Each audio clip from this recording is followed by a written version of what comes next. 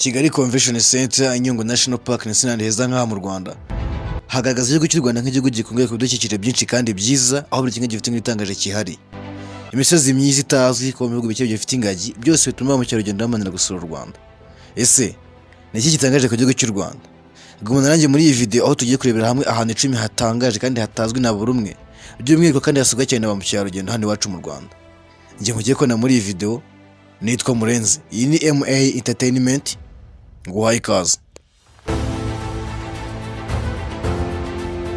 Ku mwanya wa mbere turasanga Nyungwe Forest Canopy Walk. Ni ikiraro cyubatse hejuru y'ishyamba rya Nyungwe muri metero 50 turutse ku butaka, cyakorewe kugendwa n'abamukerarugendo mu gihe basuye u Rwanda. Iyo gutambuka gusa kugenda ufashe ku migozi iri ku ruhande, kuko kigenda kinyeganyega bityo kikaba cyakubuza balance kuba wakora impanuka zitateguwe. Iyo uhagaze kuri Canopy Walk bituma ubasha kubona ishyamba ryose rya Nyungwe ndetse n'imisozi yuzuye ibinyabuzima bitandukanye. Aho twavugamo nk'inyoni z'amoko atandukanye, inyoni z'amabara meza, bituma umwanya wese umukerarugendo amaze ahagaze kuri Canopy Walk umukangurira kuzagaruka kujya kuhasura. Ku mwanya wa kabiri turasanga ikiyaga cya Kivu. Kivu ni nk'umudari wambaye na Leta y'u Rwanda mu mukerarugendo kandi utangaje. Hahurira abantu benshi batandukanye, abanyarwanda ndetse n'abanyamahanga baba baje ku mpamvu nyinshi zitandukanye, twavugamo nko kuruhuka, business trip ndetse n'ibindi.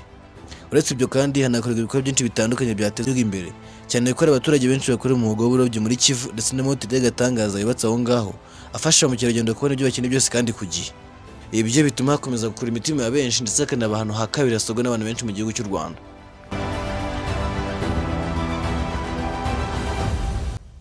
Ku mwanya wa gatatu turasanga mu Rukari ku ngoro y'ubwami i Nyanza.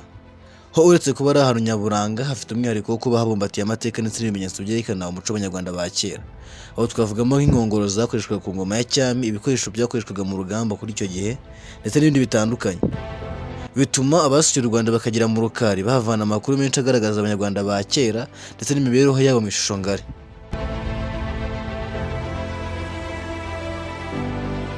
Ku mwanya wa kane turasanga Kigali Convention Center. Inyubako ihambaye igaragaza umuhate ndetse n'iterambere ryagezweho n'Abanyarwanda.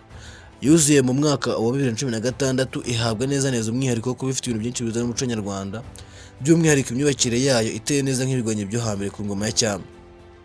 Kigali Convention Center kandi ikwigamo byinshi bitandukanye, harimo nko kwakira inama, ofisi zikodeshwa, yewe ndetse ikanamo ikibuga cya basket. Ikagira ibyumba 292 by'agatangaza byubatse kuri metero 1032. Si ibyo gusa kandi Kigali Convention Center ifite ububasha bwo kwakira abantu basaga 5000, ikongeraho amacumbi yabacumbikira arenga 2600 mu gihe habereye konseri zikomeye cyane.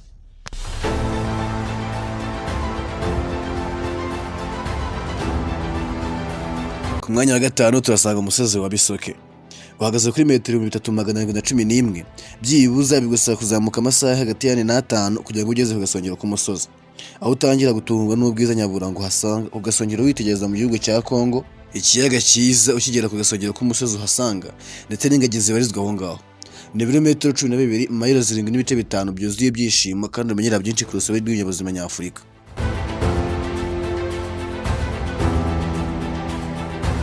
Ku mwanya wa gatandatu umuhanda hatangaje ko kuzasura turasanga amazi ashoka Rusumo. Aherereye mu mugezi w'Akagera hagati y'u Rwanda na Tanzania, afite metero 15 z'ubujya hejuru ndetse na metero 40 mu burambuke. Twirengagije ubwiza bwaho ndetse n'abamukerarugendo basimburana, hanafite amateka yaho hihariye, aho mu 1894 Umudage w'umukoni Gustav Adolf von Gotzen bwa mbere agiye i Rwanda byagoranye kuhamukura. Rusumo kandi yifashishwa mu gutanga amashanyarazi ku baturarwanda binyuze mu mushinga wa EDMW utanga amashanyarazi mu Rwanda, Tanzania ndetse n'u Burundi. Gusa n'ubundi uyu munsi Rusumo iracyafitwe nk'ahantu hakomeye kandi nyaburanga hakorera mukerarugendo umunsi ku munsi.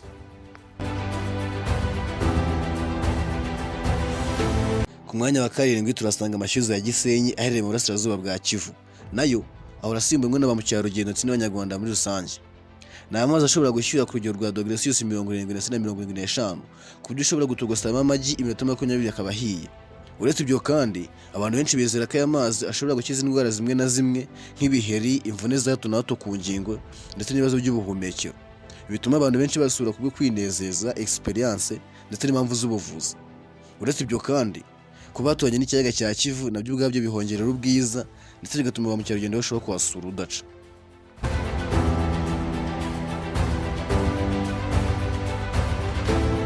Ku mwanya wa 8 turasanga Kent House Museum. Ni inzu iherereye mu mujyi wa Kigali yashyizweho mu mwaka wa 2006, ibumbatiye amateka menshi yerekeranye n'ubukoloni hano mu Rwanda. Ikindi wamenya kuri iyi nzu igabanyijemo ibice bitatu. Igice cya mbere kivuga ku buzima bwo mu Rwanda mbere y'ubukoloni, naho igice cya kabiri kigira ku binyabuzima nyarwanda, ibikuranda by'amoko menshi nk'inzoka, ingona zororwa, ibyugu by'amoko yose ndetse n'ibindi. Muri make dushe twavuga ko ari nka zoo.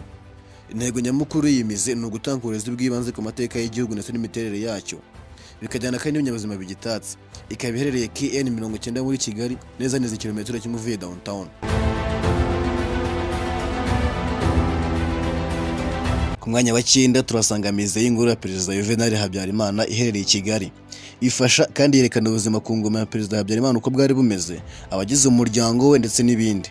Uko winjiye mu cyumba uhasanga amafoto ndetse n'amakuru y'abari bagize umuryango we.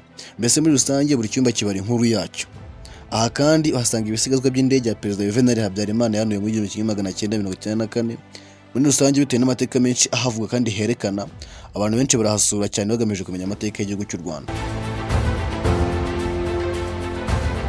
Ku mwanya wa 10 kandi dusoza turasanga ishyamba rya Gishwati. Iri ryasabye ingufu z'umurengera kugira ngo kuri ubu ribe rikivuga, kubera ko mu mwaka wa 1970 ryari ku buso bwa hegitari 28, gusa ryaje gukendera kugeza ubwo mu mwaka wa 2009 ryari risigaje byibuze hegitari 900 gusa. Ahanini byaturutse ku isuri yari yaryibasiye, kubura bimwe mu binyabuzima byari bisanzwe bihatuye ndetse n'ibindi. Gusa 2007 ibikorwa byo kubungabunga ishyamba nibwo byatangijwe, ndetse leta y'u Rwanda ishyiramo imbaraga nyinshi mu gusubiza ubuzima iri shyamba. Aribwo 2020 Gishwati yari imaze gukura ku kigero cya 37%. Kuri ubu ni Gishwati Mukura National Park, ibumbatiye amatsinda arenga 20 y'ibinyabuzima.